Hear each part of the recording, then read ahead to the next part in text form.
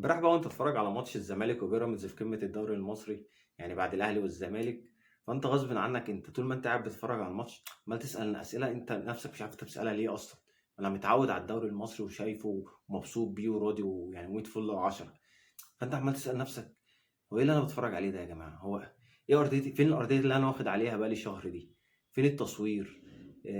الملاعب، فين رتم الكورة السريع، فين التيشيرتات الحلوة، فين الجماهير؟ يعني معلش ماتش لمّا يكون ماتش بيراميدز والزمالك ده ماتش قمة ومش شايف غير 2000 ليه يا جماعة يعني ليه بتعملوا في اللاعب المصري كده أصلًا لمّا تخلّيه يروح يلعب في المنتخبات برّه والّا يحتك بمنتخبات أقوى منه، يتفاجئ إن هو مش عارف يلعب قدّام 40 و50 ألف متفرج، ما هو واخد يلعب قدّام 2000 لحد إمتى هنفضل يعني نقطة الجماهير دي ماشيين واحدة، واحدة في الدوري المصري؟